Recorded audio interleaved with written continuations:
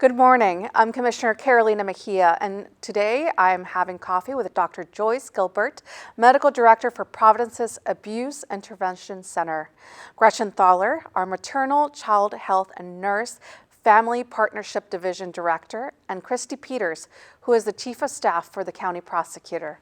Welcome. I'm so happy that you have joined me today. Good morning. Good morning. Thank you for having us. Well, let's go ahead and get started. I know that I've worked with some of you. We've been a part of some committees. Dr. Gilbert, this is the first time I'm meeting you, so I'm very excited. I've heard a lot of great things about you. So we're here to talk about child abuse awareness and prevention. April is Child Abuse Prevention Month, a time to bring awareness of the harmful effects of child abuse on children, families, and communities. I think this is a good place to start our conversation. So let's go ahead with what are the impacts of child abuse on a developing child and also the family? Who would like to take that on? I will take that on. Thank you. So it's a great question. So a young child is learning a lot about the world and trust through those early relationships with their parent or their caregiver. So when they are,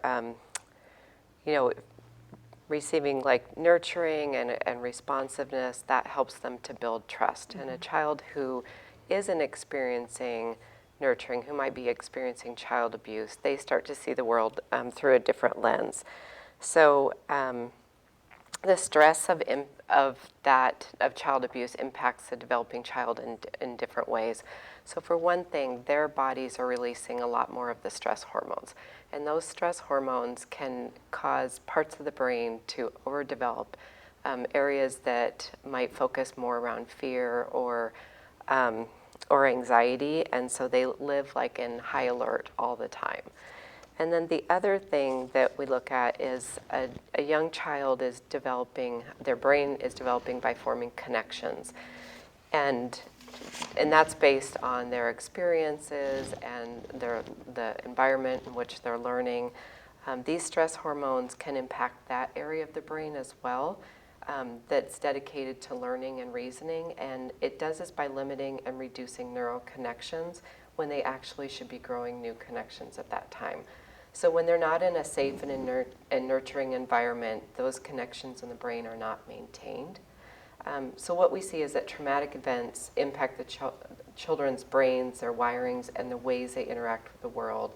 A healthy brain is a fully expanded, nurtured brain, and a child's brain that has experienced abuse is smaller and less functioning. So, Gretchen, you keyed on a couple of points, right? The effects that it has, the impact that it has on a child's body, their brain. And you've keyed on one thing that I, really think it's really important, which is trust, right? The trust of adults, the trust of community. But aren't children resilient? Could someone... Children are resilient. They're born with resiliency, and it is built with every interaction that a child has with a safe and caring adult. So if the child's interactions are unsafe or with non-caring adults, then resiliency is not built. Every person who interacts with a child every minute of every day can help build resiliency. So if that child is living in an environment at home that is not safe, they go to school. And every person at school who interacts with that child builds that resilience. Every person in a daycare setting, every person in a coach setting, every person can build resiliency of a child. And we really emphasize that because everybody in a community is responsible for every child in that community. Takes a village. It I've heard does. that saying Yep. many times, and it's interesting how it adapts to every circumstance, that it does take a village. And how does this really affect our community or our society, really, when we are seeing, these cases come through? How is it affecting Thurston County? I think one thing just that is important to know is that when someone is experiencing abuse, even with all of the resiliency and community surrounding them, they still are left with somewhat of a footprint. So some things later in life, or even in the coming years, might be much harder for them, and then you're going to see some of the impact of that abuse. So you might see it in different ways. It might be cognitive functioning. They might have a harder time in school or a harder time in work. They are more likely to experience challenges with mental health or substance use, or challenges in their own future relationships. Maybe it's intimate partner violence, or maybe it's the way they parent their child later on in life. The other thing that you'll see is more health concerns, physical health concerns later on. So as the body is adapting to stress and trauma, many things are changing. Your immune system changes, and those children are the ones that are always sick. Every runny nose and cough. We just lived through a pandemic, so we can't, it's harder to say, but the children who have a harder time fighting off illnesses are because their immune system's been impacted by the stress. Growth is impacted by stress and trauma, so children, whether or not they're adequately nourished, still might not grow adequately because of those stress trauma hormones in their body. Everything is impacted by child abuse and neglect. Thank you. So while there are multiple government agencies, nonprofit agencies, and hospitals working together to bring awareness and end child abuse, there are still cases in our community of kids and families experiencing this maltreatment. So Christy, I'm turning to you because let's get to the actual data of what is actually happening in Thurston County. So regarding child abuse, what are the trends that we're seeing here? Well, as Dr. Gilbert alluded to, in the pandemic, we unfortunately had a very high spike in reported, well, actually not even reported, but in very serious child abuse cases. And I'm talking about both criminal cases in the sexual abuse arena as well as physical abuse arena. We typically, within Thurston County, it was extremely rare to have a shaken baby or a dead infant. I mean, it happened, it was tragic, but it was very rare. We had more cases in 2022 in 1 year than I think we've had in over 20 years. One time period during early of 22, during the pandemic, we did have 2 little ones that were killed by their caretakers within a 10-day period within Thurston County, which it was the first time that I had seen in my career. One thing that we're really concerned about also that happened again during the pandemic was because of the isolation of families not taking children to school, not taking children to daycare. All of those are outlets, as the other professionals have indicated, could provide more resiliency and provide more positive interactions for young children and little kiddos in our community. Those were removed during the pandemic. So there was less opportunity for children to talk to a healing adult or a healthy adult or a healthy person that could be a safety measure for that person. What we're really hoping is that families can find out where they can turn to for assistance, for help, for guidance, either for themselves or for neighbors or other family members. And that community, that sense of community was put on hold during the pandemic. And truly, for a child, that's the most important thing. Aunts and uncles and grandmas and grandpas and neighbors, people coming together to support somebody in stress. We had every single family in stress and no support network for them. Thank you for that. So we've talked a little bit about the pandemic data. Are we expecting that data to, go down, those numbers to go down as we get out of there and we are going with more adults? Or what does those numbers look like in the future? And what does that data look like in general? Well, it's interesting because I think it could go in both directions, meaning that while we know that it's better to have community, we know it's better for kiddos to be in school and in daycare and have lots of different opportunities for positive interaction. That's also where reports are made of abuse that are happening within the home. So the reporting of child abuse was actually lessened during the pandemic because there were fewer kiddos going to school where they might disclose something to their teacher, or they might share something to their best friend and their best friend would disclose an abuse event to their teacher. So while I think reporting has started a trend upward, that's not necessarily a bad thing because it can involve professionals to get in, interact and intervene in that circumstance. But we are hopeful that positive interactions for our children in Thurston County will increase now that they're out there back in the community, and the resilience can increase. And so hopefully we'll see the trend of actual abuse go down. So how do we compare, right, to the state? And I'm not sure if you have that comparison or that data, but where are we located at in terms of these numbers coming through? I'm going to defer to Gretchen Thaller because public health has been doing a lot of research in this area. Thanks, Christy. The data I have is from 2021, and we in Thurston County are still higher than the Washington State average. That's been the trend for us since 2017. Wow. In 2021, we had over 2,300 cases reported. So what sets Thurston County apart from the state? I'm just curious, right? Well, again, the statistics can tell us a couple things. Okay. Sometimes it tells us that we have more opportunities for disclosing, and there are more opportunities for reporting, and people feel more comfortable reporting. So that's not necessarily, while we have more reported cases, is not a good thing. But on the other hand, maybe it is an opportunity for more interventions if there are other communities that don't have as many outlets for reporting and disclosing those types of abuse.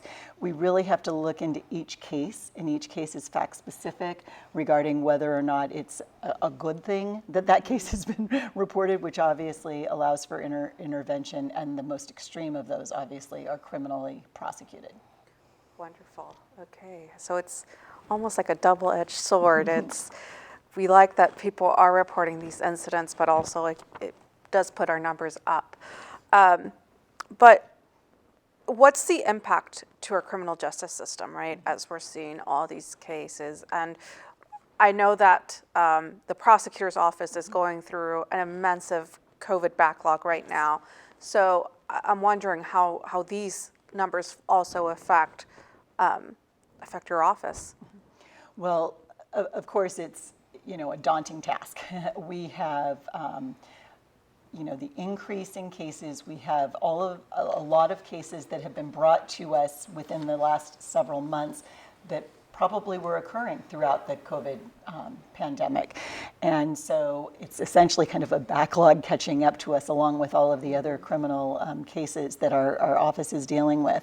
But I'm sure that everyone here is well aware that within our jail, our correction systems, many, or high percentage of our criminal population has experienced abuse, and that's another population that we're trying to address right now with our criminal cases, so that we can lessen the impact of our public detriment to our public safety.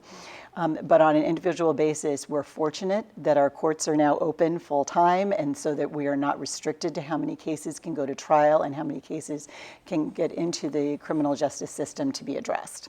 Wonderful. And I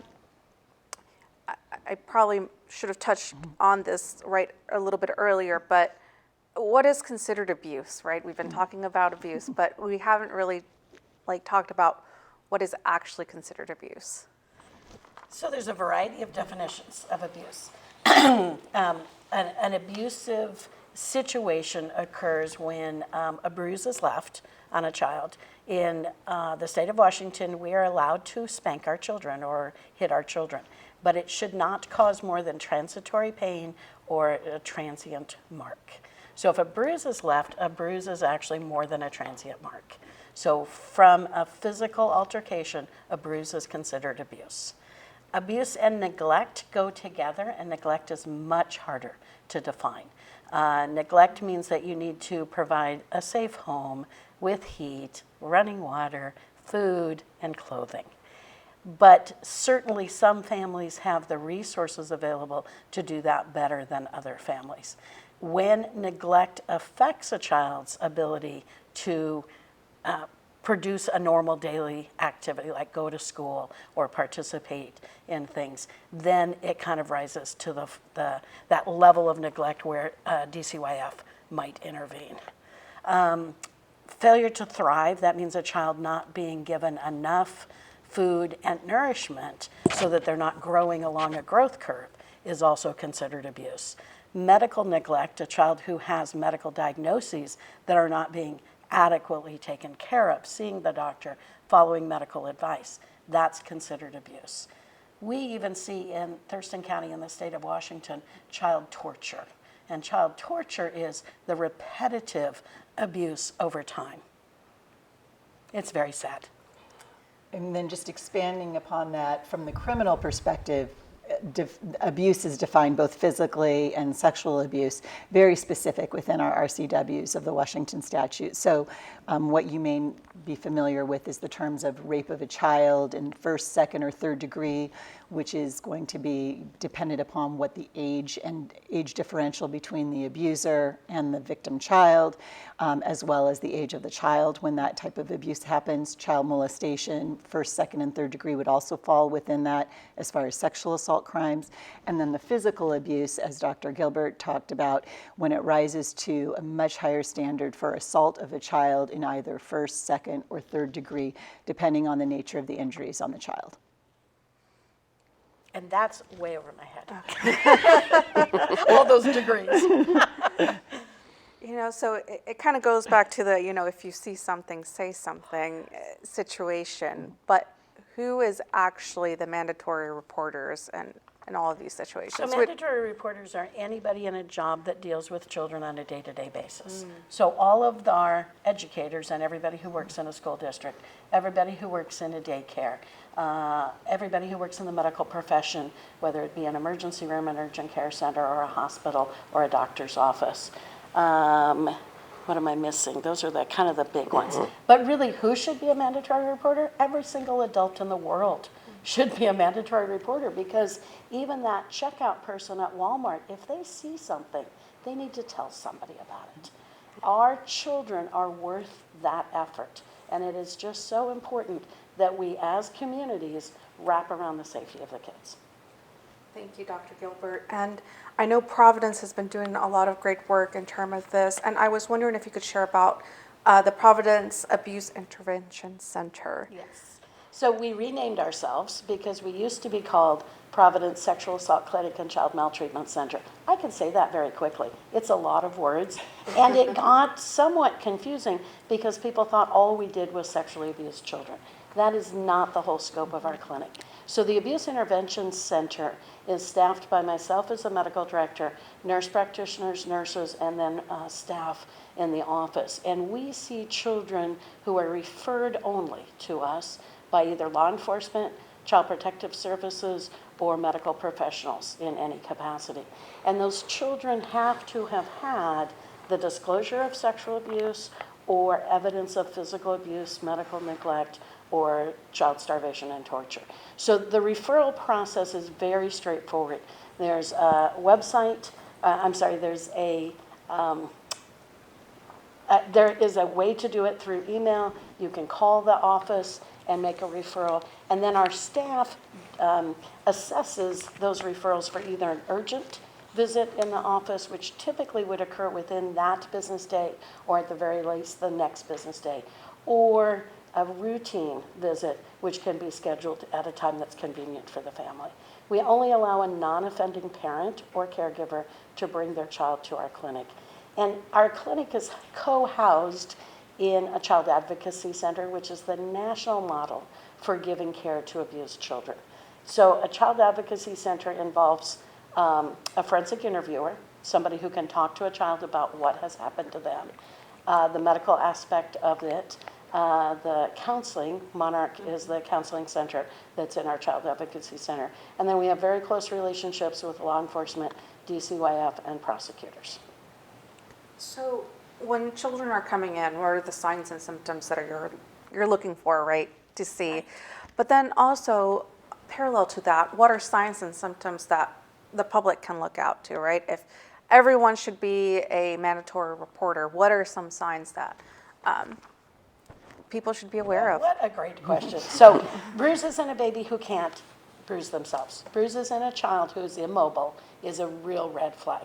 A 2-month-old baby who has a bruise got that bruise from somebody else doing something to them. Maybe it was accidental. That's entirely possible. But it's still a 2-month-old baby who can't bruise themselves. Comparison to a 2-year-old who climbs on everything, falls all the time, and has lots of bruises. We don't worry about that so much.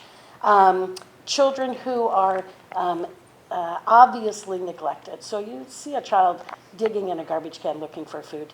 That's very concerning.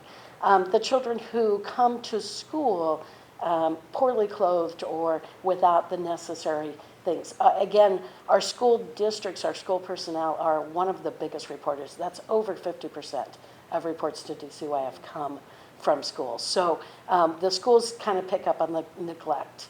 If somebody is noticing a child not growing well, if children are not being given appropriate housing, clothing, food, those things should be reported to DCYF. And the interesting thing about reporting, and everybody always has concerns, I reported something, nothing happened. Well, DCYF cannot give the public back information. It is confidential. But also DCYF keeps every report in the computer. And if there are multiple reports that didn't screen in over a time frame, it automatically screens in. So you might be reporting on something and be the first report, and it will appear that nothing happened. But you might also be the third reporter on that family or that child, and it will automatically screen in. So I always encourage everybody to report what your gut tells you needs to be reported, and then leave it alone. DCYF knows how to do their job.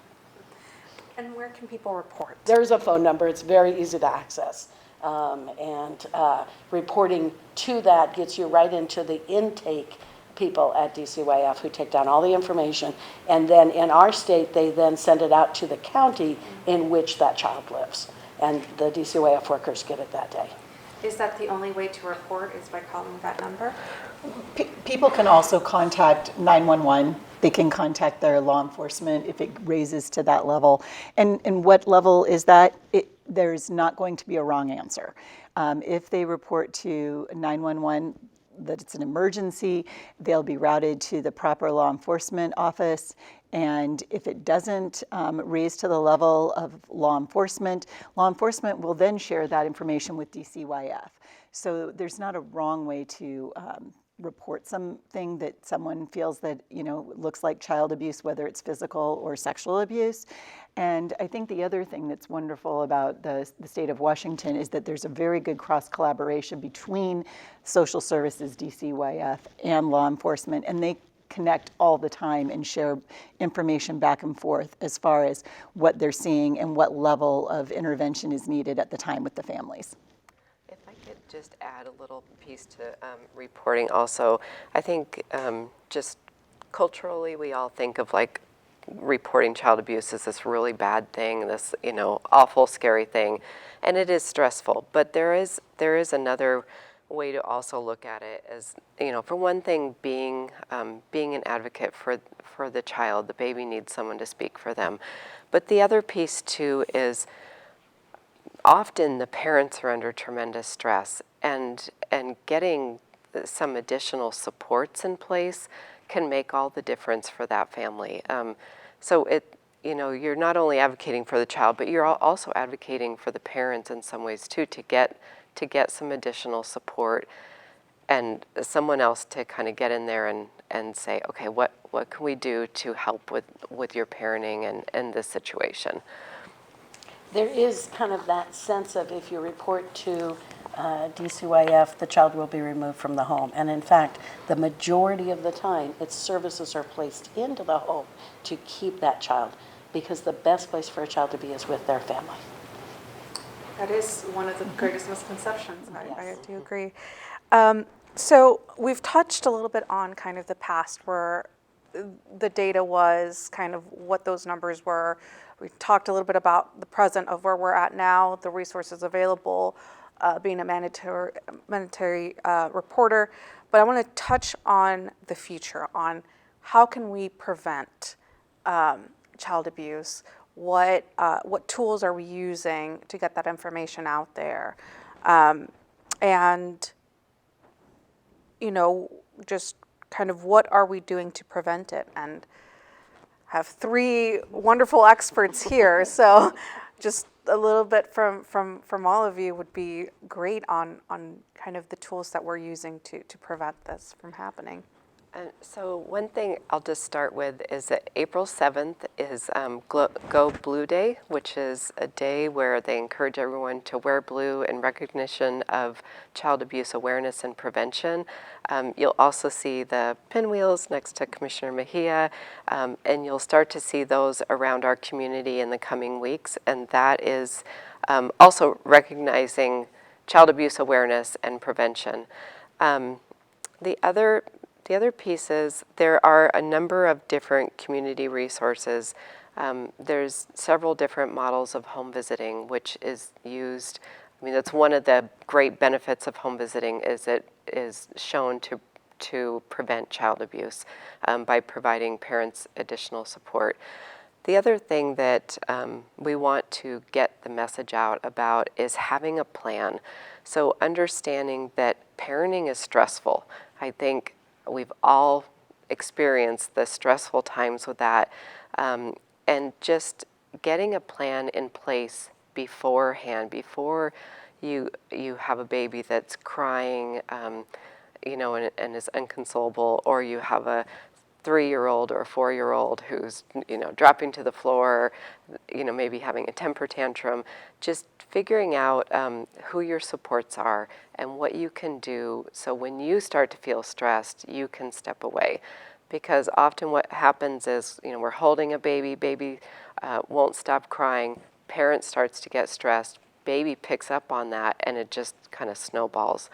So most of the experts say, it's okay, go put your baby down in a safe place, put him in a crib. There's something called the 10-foot rule. Be 10 feet away from them. Just take a break. They're okay. Even if they're crying, it's safer for them to be in the crib than with a parent who might potentially shake the child or something. So just kind of starting to think about those different pieces, if you're expecting, or even if you're already a parent, taking pause and looking at who are your supports, who can you pick up and call when you're feeling stressed out. Providence has very much supported education, and I think outreach education is one of the ways that we can best support parents and family members and the community. We have an outreach education coordinator within our office. We do lots of community service education. We educate teachers about child abuse and neglect, what to look for, what are the signs and symptoms of trauma in the classroom. We educate the public about sexual abuse, how to recognize if a child might be sexually abused, what are the signs and symptoms, how to prevent sexual abuse by doing things in a slightly different way, group activities rather than individual things. There's a program, a national program called Darkness to Light, and our outreach educators do that for the community. So there's a lot of education, I feel like, really helps support. I also think that we have to get back to better community. We have to support each other. And even before the pandemic, we as a society were isolating ourselves too much. We were becoming islands in our own little individual home life without that community support. So I think, again, one of the things that Gretchen and her group does is they help support. Who are your support people? How can you involve them in your day-to-day life? And I'll just add that we're fortunate in Thurston County. We have several nonprofit agencies that work in conjunction with the organizations we've talked about today and government entities. I'll just highlight 2, Family Education and Support Services, as well as the Family Support Center. Both phenomenal organizations with lots of resources for outreach, prevention, education. majority, if not all, is free. I mean, it's really a wonderful opportunity to have, and there are many other organizations that work on the benefit, and everyone is out there to support community and to support prevention so that our children can grow up healthy and happy here. Well, thank you all for joining me this morning. It really was a pleasure. I know this is such a heavy topic to kind of tackle this early in the morning, but I think it's really important that the information get out there for our community. And, you know, just like Dr. Gilbert said, we can all be mandatory reporters. It is essential to keep our community safe, and this is one of the ways that we can all help. And for everyone watching elsewhere, thank you so much for tuning in. If you want to keep up with your local government, subscribe to the county's YouTube channel. All the Board of County Commissioners meetings and work sessions are live streamed from Thurston County. Thank you.